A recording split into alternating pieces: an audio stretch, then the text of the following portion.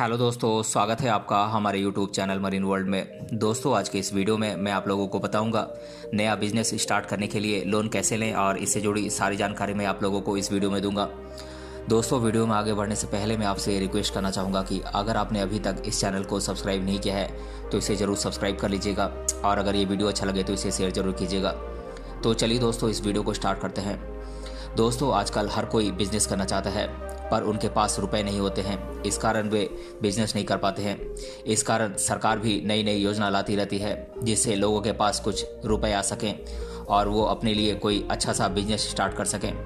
इसी वजह से आजकल बैंक से लोन लेना भी आसान हो गया है। पहले बैंक से लोन लेना बहुत ही मुश्किल होता था पर समय के साथ साथ बैंक से लोन लेना बहुत ही आसान हो गया है। दोस्तों, आज हर कोई बैंक से लोन लेकर अपने बिजनेस को शुरू कर सकता है। अगर आपके बिजनेस को कम से कम 3 साल हो गए हैं तो आपको कोई भी बैंक लोन दे सकता है। पर जब अगर आपका बिजनेस नया है या आप उसे स्टार्ट करना चाह रहे हैं तो आपको बहुत ही कम बैंक लोन देते हैं। वह भी तब देते हैं जब उनको ये पता चल सके कि आप उनके रुपए वापस दे पाएंगे या नहीं। आज के इस वीडियो में हम यही जानेंगे कि नया बिजनेस स्टार्ट करने के लिए लोन कैसे लें, लोन लेने के लिए आपको किन किन जरूरी डॉक्यूमेंट्स की आवश्यकता होगी, इसके लिए आपको किन किन बातों का ध्यान रखना होगा, लोन लेने के क्या क्या फ़ायदे हैं और लोन लेने के क्या क्या नुकसान हैं। इन सभी बातों के बारे में हम विस्तार पूर्वक इस वीडियो में जानेंगे।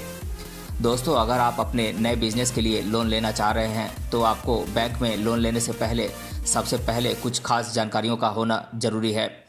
आप बैंक में लोन लेने के लिए जाने से पहले अपना सिविल स्कोर चेक कर लें। अगर आपका सिविल स्कोर खराब है तो आपको कोई भी बैंक लोन नहीं देगा।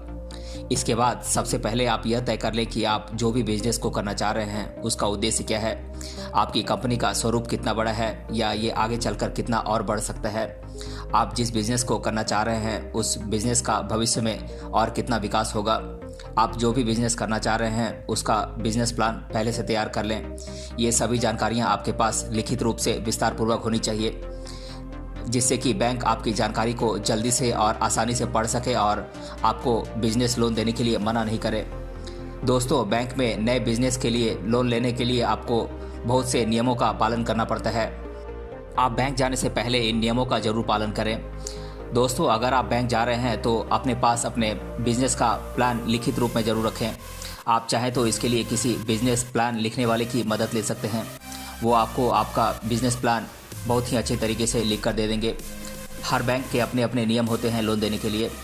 अगर आप लोन लेने के लिए आवेदन कर रहे हैं तो आप सबसे पहले उस बैंक के बारे में सारी जानकारी जरूर प्राप्त कर लें कि वो बैंक आपको लोन दे सकती है या नहीं। बहुत सी बैंक लोन देने के लिए स्कीम्स निकालती हैं, आप भी इन स्कीम्स को जरूर जानें। दोस्तों, छोटे, मध्यम और बड़े बिजनेस को लोन देने के लिए अलग अलग नियम होते हैं बैंकों के।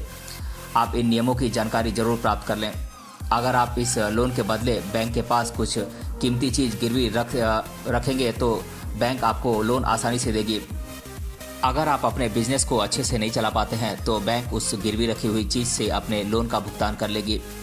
एक बार डॉक्यूमेंट जमा हो जाने के बाद ये बैंक पर निर्भर करेगा कि वो आपको लोन के तौर पर कितनी राशि देगी।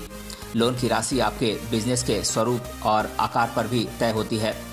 दोस्तों, बिजनेस लोन प्राप्त करने के 2 सबसे अच्छे तरीके हैं जिनकी मदद से आपको आसानी से लोन मिल सकता है। पहला है ITR एंड GST फाइलिंग और दूसरा है गवर्नमेंट योजना। बात करें ITR एंड GST फाइलिंग की तो अगर आप अपना खुद का ITR यानी कि इनकम टैक्स रिटर्न भरते हैं तो आपको लोन मिलने में आसानी होगी, क्योंकि बैंक के लिए ITR एक इनकम वैलिडेटर की तरह काम करता है जिसकी मदद से बैंक यह अंदाज़ा लगाती है कि अगर इस व्यक्ति को कोई लोन दिया जाए तो क्या यह व्यक्ति उस लोन को चुका पाएगा या नहीं।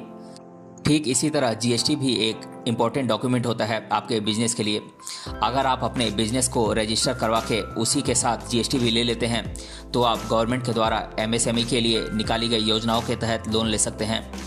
दोस्तों, यहाँ पर GST बिजनेस की वेरिफिकेशन का काम करेगी और आप उसी GST की मदद से आसानी से बिजनेस के नाम पर लोन प्राप्त कर सकते हैं। ये दोनों तरीके ही बहुत ही कारगर होते हैं, इसीलिए आप इनका उपयोग अपने बिजनेस में लोन प्राप्त करने के लिए कर सकते हैं। इस लोन से आपके पास अपने बिजनेस को बढ़ाने के लिए कुछ रुपए आ जाएंगे जिससे आप इस बिजनेस को बहुत अच्छे तरीके से कर सकते हैं। इससे आपको अपने बिजनेस के लिए छोटी और लंबी दोनों ही अवधि के लिए वित्तीय जरूरत की पूर्ति हो जाती है।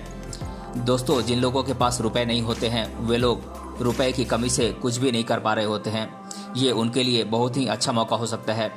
इस प्रक्रिया के तहत आप किसी भी बैंक से जाकर लोन के लिए आवेदन कर सकते हैं और अपना खुद का व्यापार शुरू कर सकते हैं।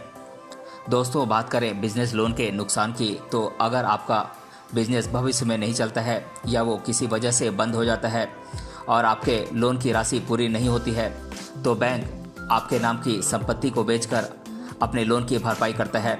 इस तरह आपको इस लोन से नुकसान का सामना भी करना पड़ सकता है। अगर आप चाहते हैं कि आपके साथ ऐसा ना हो, तो सबसे पहले आपको इसके टर्म्स एंड कंडीशंस को अच्छे तरीके से पढ़ना चाहिए, जिससे आपको अच्छे से समझ में आ जाएगा कि इस बैंक से लोन लेने में क्या क्या परेशानियां आ सकती हैं। सारी जानकारी लेने के बाद ही आप बैंक से लोन लेने के लिए अप्लाई करें। तो दोस्तों, आज के इस वीडियो में हमने जाना नए बिजनेस को स्टार्ट करने के लिए लोन कैसे लें, और इसके बारे में विस्तार पूर्वक मैंने आप लोगों को जानकारी दी है इस वीडियो में। अगर ये वीडियो आपको पसंद आया है तो अपने फ्रेंड्स सभी से ज़रूर शेयर करें और हमें कमेंट बॉक्स में कमेंट करके बताएं कि ये वीडियो आपको कैसा लगा। मिलते हैं अगले वीडियो में किसी अन्य टॉपिक के साथ। तब तक के लिए धन्यवाद।